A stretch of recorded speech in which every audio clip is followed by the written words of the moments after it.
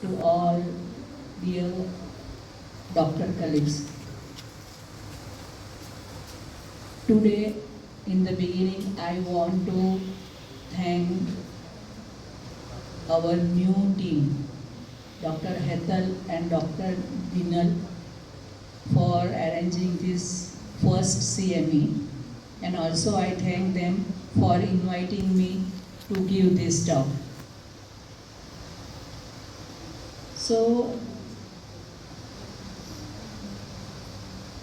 we all know about ectopic pregnancy, and the name itself comes from Greek word. It means out of the place. And why ectopic pregnancy is very important to know and understand, because the implantation of blastocyst is outside the normal uterine cavity, and the risk of death from ectopic pregnancy is 10 times greater than the vaginal delivery and 50 times greater than the induced abortion. In developing countries, the incidence of ectopic pregnancy is 1 in 150 pregnancy, and in developed countries, it is 1 in 300 pregnancies. And let us see the incidence of site of ectopic pregnancy. The ampullary ectopic pregnancy is about 55%. Ischemic is around 25%, infundibular is 18%, interstitial is 2%, ovarian is 0.4%, cervical is 0.2%, and abdominal ectopic pregnancy is very, very rare, 0.03%. So now we'll see the laparoscopic surgery with modified abdominal lift technique, because everyone is doing laparoscopic surgery by using the carbon dioxide gas, but we have stopped using carbon dioxide gas since 1995 in our hospital. So whenever there is corona, or when there was no carbon dioxide gas available, at that time also we had no problem. So I am going to show you that technique here. So this is the lithotomy clamp, in which a rod is fixed by the side of the patient, that you can see, and another rod is screwed on the first rod,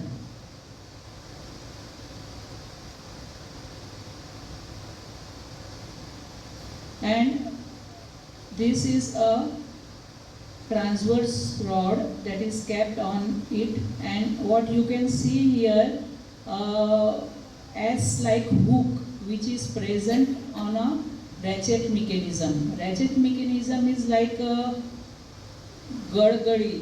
એ આપણે પેલું કૂવામાંથી પાણી કાઢીએ ને ત્યારે આપણી ગળગળી હોય, જેમ આપણે ખેંચીએ જેનાથી પાણી, તે. And here we penetrate the skin with the sharp towel clip. The point may vary, but for normal pelvic surgery, where there is no previous surgery in the pelvis, we keep around 4 centimeter below the umbilicus. And whenever there is a big uterus, we keep it 2 to 3 centimeter above the umbilicus. So you can see how much the abdominal wall is lifted in this. So the main complication during the learning phase is damaging the vessels or intestine while you are introducing varus needle or trocar, that is prevented by this lifting.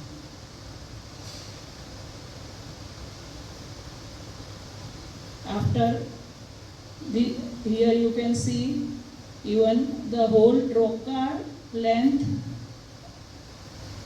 is there only in that lifted area. So there are very rare chances of damaging the intestine or the major blood vessels. After seeing only, we join this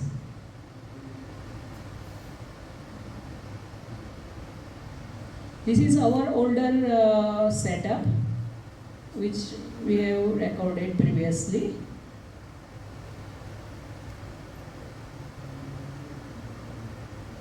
This is the air pump from which a tube is connected to the main primary trocar. Here you can see the pressure that is there inside the abdomen, that initially it is only 2 to 3 millimeter of mercury. That is the initial part. And then after introducing the secondary trocar, we keep the secondary trocar channel open. So air flow from from primary trocar and goes out from the secondary trocar. So nearly the intra-abdominal pressure is around 0 to 1 during the surgery. The space we are getting for the surgery is mainly because of the lift, and we are introducing the air only just to keep the intestine suppressed and the fog which is created while using cautery to be moved outside. So I will show you some of the cases of ruptured ectopic pregnancy now. We have used only this laparolift technique in all these 3 cases. This was a young lady, recently married, no history of amenorrhea. She had come with acute abdomen with generalized tenderness all over the abdomen, UPT positive, and profuse free fluid in the peritoneal cavity and right adnexal mass. Here we are introducing the secondary trocar just to show you that we have adequate space to work whenever we are using this lift technique also. And this was our very old recording, around 20 years back. Here you can see the ruptured area.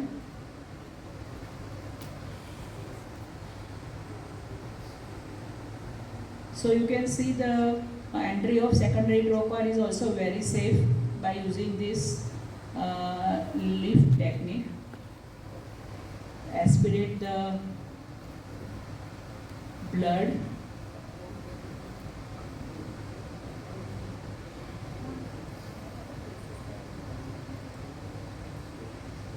As much as possible. We have detected the site also, there was no active bleeding. We just cauterize it and remove that part and save the normal tubal area.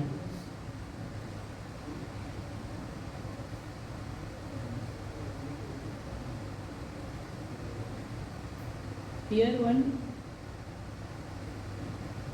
nice thing is we can use our regular surgical instrument also if needed. So I will show in the later on.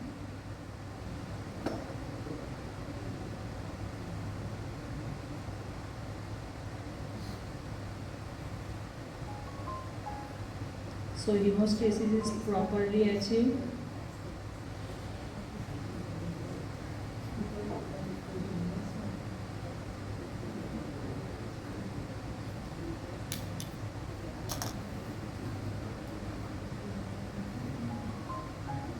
This is the case of ruptured ampullary ectopic pregnancy. A third gravida patient with previous 2 normal deliveries, having 1.5 month amenorrhea, came with severe pain in abdomen and fainting attack, hypotension, tachycardia, tenderness all over the abdomen. For vaginally, all the signs of ectopic was there, and on sonography plenty of free fluid in the peritoneal cavity. In this you can see there is not only liquid blood, but there you can see the clots also in peritoneal cavity. So first we sucked all the blood. At the same time we see the pathological site, and then coagulated and removed that area. And here you can see this ectopic was removed just from a suprapubic region by a small incision, and the clot, organized clot, which were not sucked by the regular laparoscopic suction, we can remove it by, because this needs more pressure, so we have introduced a Ramson's and sucked this clot. This we regularly use in our open laparoscopic open surgery. And here even you can see this ovum forceps also. We are introducing ovum forceps to remove the organized clot. So all these type of instrument cannot be used in the conventional laparoscopic surgeries, mainly because the abdominal cavity will get collapsed if we introduce anything or any instruments for which we are using in our open surgeries. This is the unruptured tubal ectopic, but the patient was having a hemoperitoneum. So here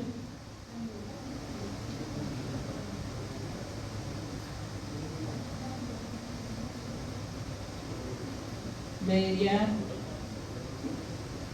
the ectopic pregnancy was in the lateral half of the tube. That part was properly coagulated and removed. Hemostasis was properly secured.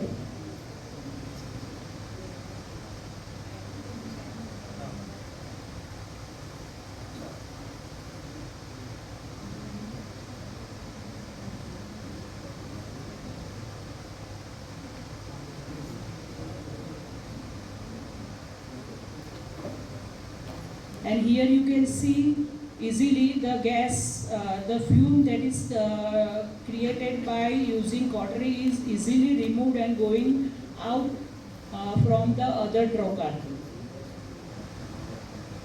And the specimen was removed. So I think those who all are doing the conventional laparoscopic surgery need to understand the basic difference between the conventional as well as the extraperitoneal lift technique laparoscopic surgeries. So in the pneumoperitoneum with carbon dioxide, we may need to create intra-abdominal pressure up to 13 to 18 millimeter of mercury. We are using general anesthesia.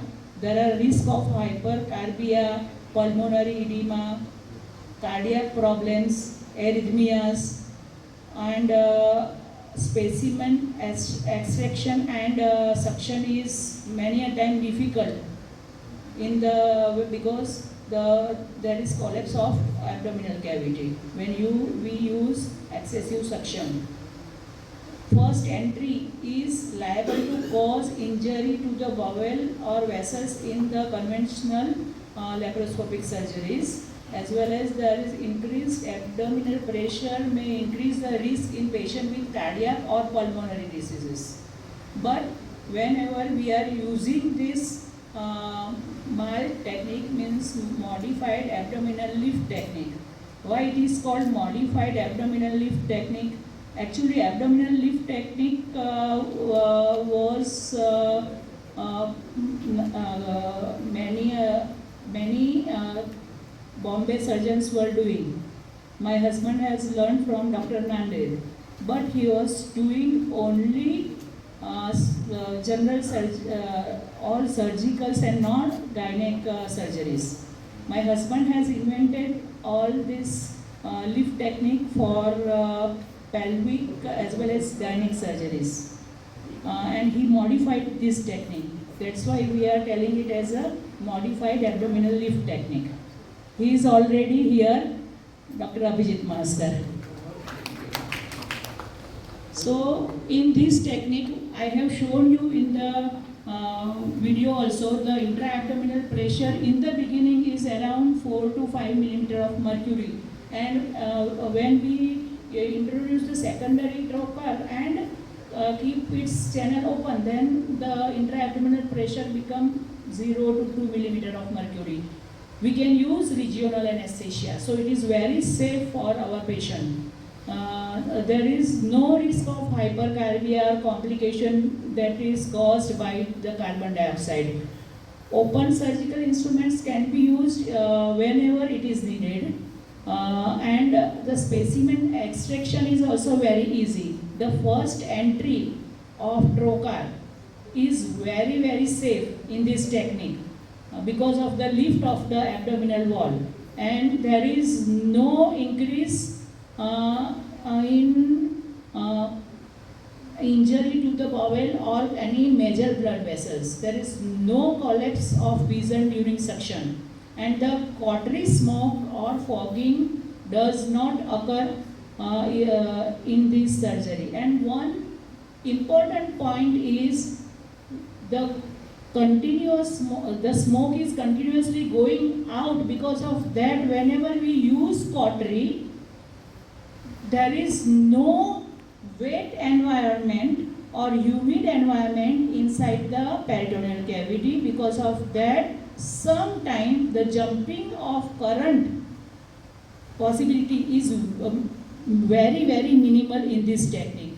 So I think we are using it for last 30 years, and now we are promoting to so many surgeons and gynecologists, and my husband is very interested. If anybody wants to learn it, he is ready to come and show and teach you. Thank you. Thank you for the patient listening. Thank you so much, ma'am, for this wonderful session.